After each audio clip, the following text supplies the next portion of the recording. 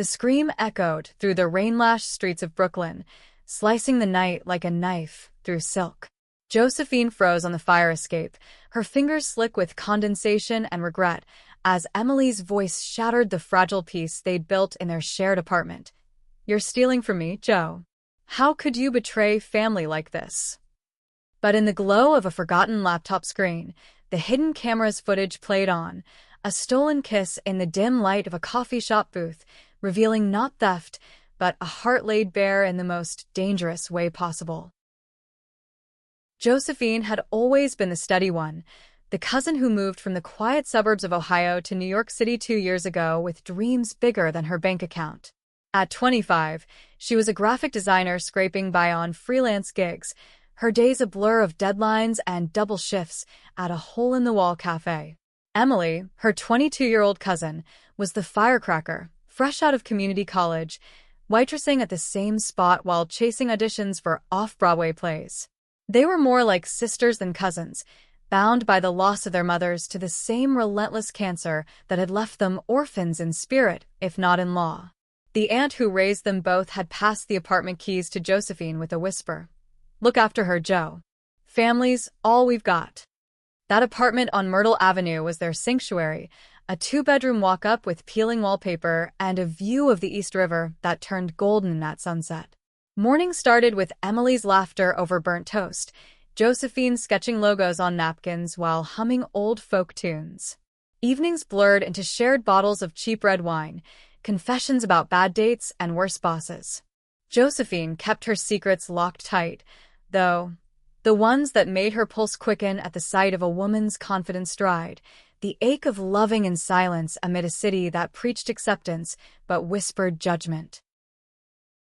It started small, the rift. Emily's tips from the cafe began vanishing, 20 here, 50 there, enough to notice when rent loomed. "Joe, have you seen my envelope?" Emily asked one drizzly October evening, her green eyes narrowing as she rummaged through the kitchen drawer. Josephine shook her head, guilt twisting like a vine in her chest. It wasn't theft, it was survival. The freelance checks were late again, and Alex, had invited her to that weekend getaway upstate, a cabin by the Hudson where they could pretend the world didn't exist. Josephine had borrowed just enough for gas and groceries, promising herself she'd replace it by Monday. But promises in love are fragile things.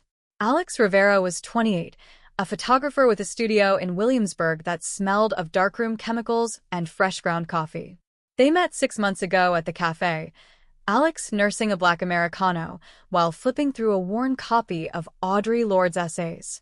Josephine had spilled a tray of lattes near her table, and instead of annoyance, Alex's laugh had wrapped around her like warm fog. "Clumsy and cute, my type," she'd said, those blue eyes locking on Josephine's with an intensity that made her knees buckle. From there, stolen afternoons in Alex's loft, hands tracing collarbones under threadbare sheets, whispers of "I love you" that tasted like freedom and fear. Emily didn't know. How could she? Josephine had buried her queerness deep since high school, when a whispered rumor in their Ohio town sent her spiraling into silence.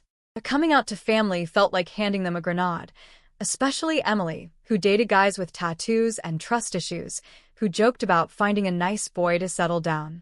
So Josephine lied by omission, her heart a divided map. One half mapped for family loyalty, the other for the woman who made her feel seen. The accusations escalated on a Thursday night, thunder rumbling like an omen over the borough. Emily burst through the door after a late shift, her ponytail frayed, cheeks flushed from the cold. "I know it's you, Joe. The money, the late nights. You're seeing someone, aren't you? Some guy bleeding you dry." Her voice cracked, not with anger, but hurt, the kind that echoes from childhood wounds. Josephine's stomach dropped. She wanted to confess, to pull Emily into a hug and say, "It's not a guy, it's everything I can't say." But the words stuck, thorns in her throat. Instead, she deflected. I swear it's not like that. Work's just crazy." They argued until the clock struck 2, Emily storming to her room with tears streaking her mascara. Alone in the living room, Josephine scrolled through texts from Alex. Miss you already. Cabin still on? Her thumb hovered over reply, heart pounding. She typed yes, hit send, and felt the noose tighten. Friday dawned gray and unrelenting. Josephine dragged herself to the cafe, the scent of espresso a poor mask for her nausea. Emily was there, all forced smiles for customers, but her glances at Josephine were daggers. By closing time, the tension hummed like a live wire. We need to talk, Emily said, cornering her in the back alley amid overflowing dumpsters. Rain slicked their hair, turning the world to watercolor. Install a camera. In the apartment. To prove it. Josephine's blood ran cold. A camera? That's insane. You don't trust me? But Emily's jaw set, that stubborn line she'd inherited from their aunt. I trust what I see, Joe. Not excuses. They went home in silence, the cab ride a chasm. That night, while Josephine pretended to sleep, she heard the soft clicks, Emily mounting the nanny cam behind the living room bookshelf, its lens a black eye staring into their lives. Saturday morning, Josephine slipped out early, claiming a client meeting. Her pulse thrummed as she met Alex at the ferry terminal in Manhattan, the Hudson churning gray below them. Alex pulled her into a kiss that tasted of salt and possibility, her leather jacket warm against the chill.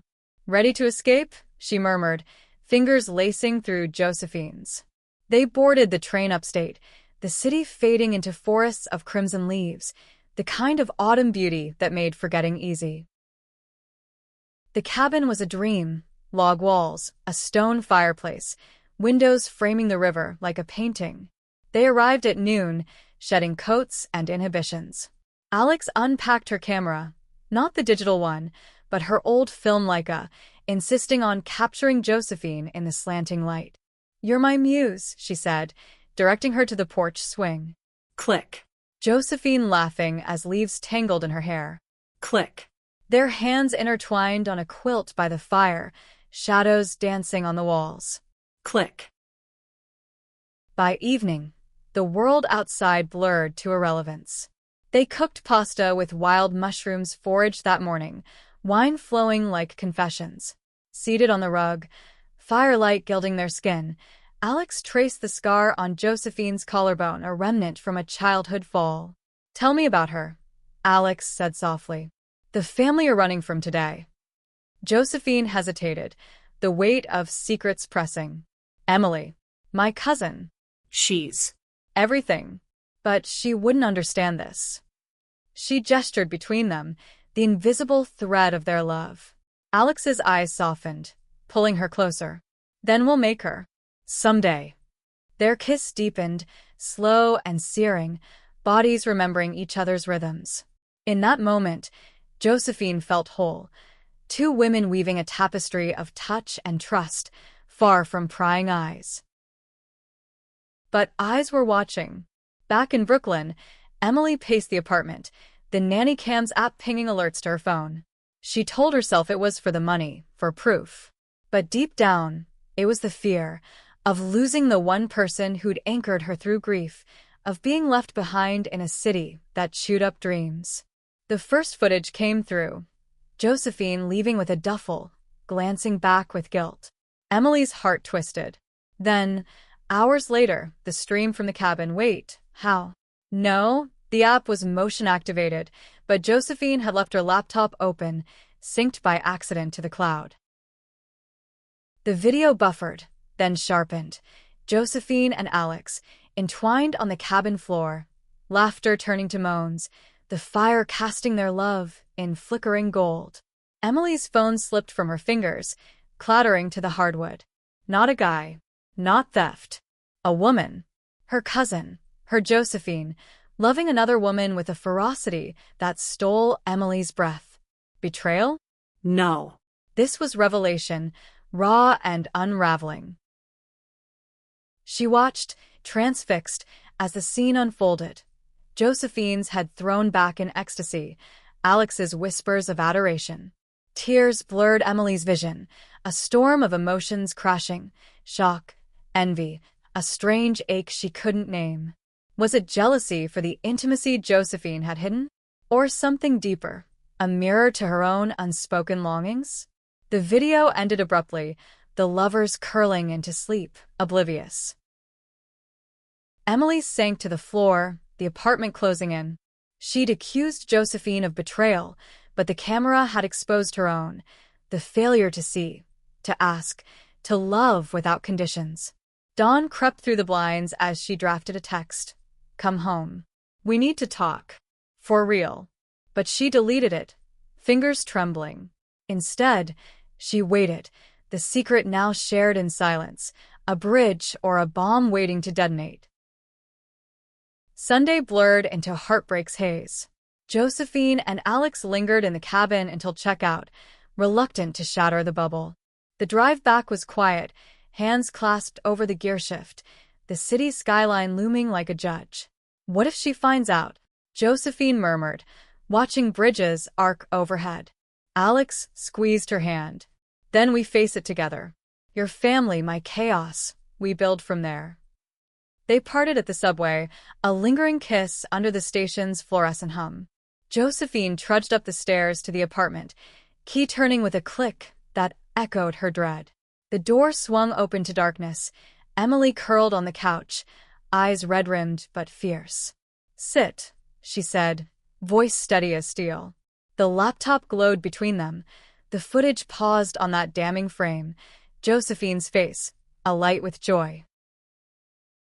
"I saw," Emily whispered, the words a confession.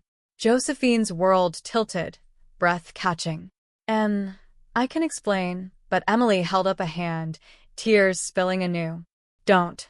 Just. Why hide it from me?" The question hung, heavy with the weight of years unspoken. Josephine knelt, taking her cousin's hands, cold, trembling. "Because I was scared. Of losing you. Of what it means to love like this in a world that still stares." They talked until the sky lightened, words tumbling like the river they'd left behind. Emily admitted the money was a pretext, her fear of abandonment the true thief. "I thought you were slipping away," she said, voice breaking. "But seeing you Happy. with her. It hurts, Joe. But it's beautiful." A pause, then softer. "Is it love?" Josephine nodded, throat tight. "The kind that saves you." Emily pulled her into an embrace, fierce and forgiving, the camera's eye forgotten in the corner. But forgiveness was only the beginning. Dawn brought the storm's full fury. Monday morning shattered the fragile truce. Their Aunt Clara called from Ohio, voice shrill over speakerphone. "Emily says you're into that lifestyle, Joe? Stealing money for some fling? The family's talking, your uncle's furious." Word had spread like wildfire through their tight-knit clan, Emily's late-night vent to a mutual cousin igniting the blaze. Josephine's stomach churned. Clara had always been the gatekeeper of propriety, her Bible study group a court of judgment. Emily snatched the phone. "Aunt Clara, it's not like that. Joe didn't steal, I overreacted." But the damage was done. Invitations to Thanksgiving dried up, whispers of disgrace slithering through group chats. Josephine fled to the cafe, apron tied like armor, but customers' sidelong glances pierced deeper than gossip. Alex texted support. "I'm here. Dinner tonight?" But even her love felt tainted now, a secret no longer safe. That evening, the confrontation escalated. Uncle Ray, Clara's brother, showed up unannounced, pounding on the door like a bailiff. A burly man in his 50s, retired from the auto plant, he filled the frame with righteous anger. "Josephine Marie, open up.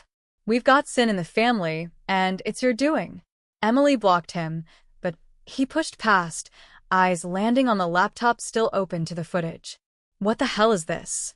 Chaos erupted, Ray's bellows, Emily's pleas, Josephine's silent tears. He grabbed her arm, voice thundering. "Betraying blood for this? You're no kin of mine." The word, betraying, landed like a slap. echoing the title of their unraveling lives. Josephine wrenched free, fire igniting in her chest. It's love, Uncle, not betrayal.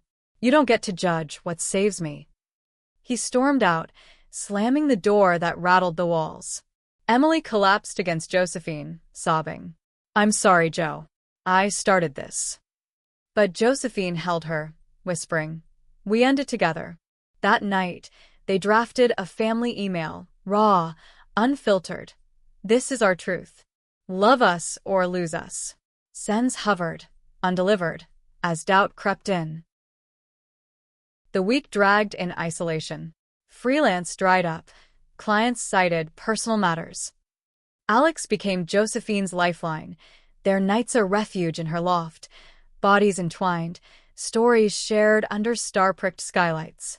Run away with me, Alex urged one midnight, tracing Josephine's spine. Portland. Fresh start.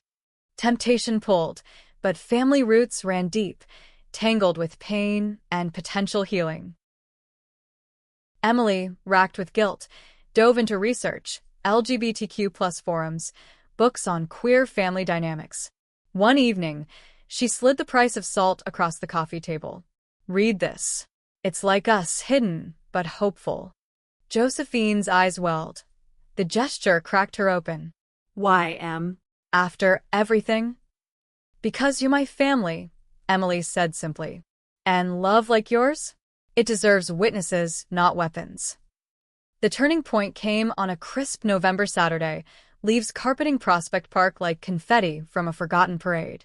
Josephine and Alex walked hand in hand, deliberate, testing the air. A jogger smiled. An old couple nodded.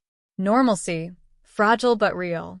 Back home, Emily waited with news. Clara had called, voice tentative. She wants to meet, to understand. The dinner was a battlefield disguised as pot roast. Clara arrived at the apartment, Bible tucked under arm, but her eyes, usually steel, held a flicker of fear. Uncle Ray declined, but his absence loomed. They sat at the scarred oak table, Emily mediating like a diplomat. Josephine spoke first, voice steady. Andy, I didn't choose this to hurt anyone. Alex. She sees me. All of me. Clara's fork paused midair. The camera, Emily told me. It showed. Intimacy. Blush crept up her neck, but she pressed on. Is it sin? The word hung, biblical weight. Josephine met her gaze. Only if love is. Alex, invited for the occasion, squeezed her hand under the table, solid, unyielding. She shared her own story. Coming out at 20, disowned then reclaimed. Family isn't blood alone, Clara. It's choice. Hours stretched, tears and testimonies flowing. Clara's walls crumbled, not in thunder, but whispers. Your mother, my sister. She'd have fought for you. Like I should. Hugs followed, tentative then tight. Not full absolution, but a door cracked open. Word rippled outward. Cousins texted apologies, and Uncle sent a rainbow flag pin with a note. Proud of you both.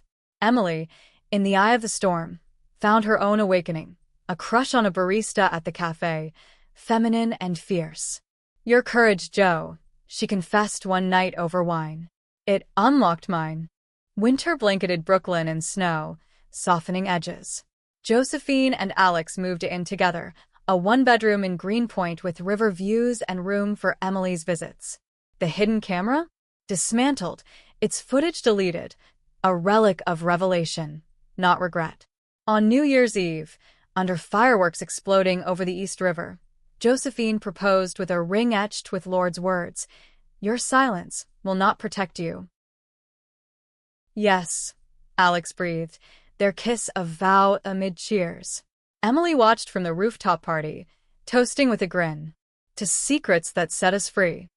In the end, betrayal was the illusion. Love, the unyielding truth. Josephine learned that family, like romance, thrives in vulnerability, raw, real, and relentlessly human. And in the heart of America, where shadows once hid her story, she stepped into light, hand in hand, heart wide open.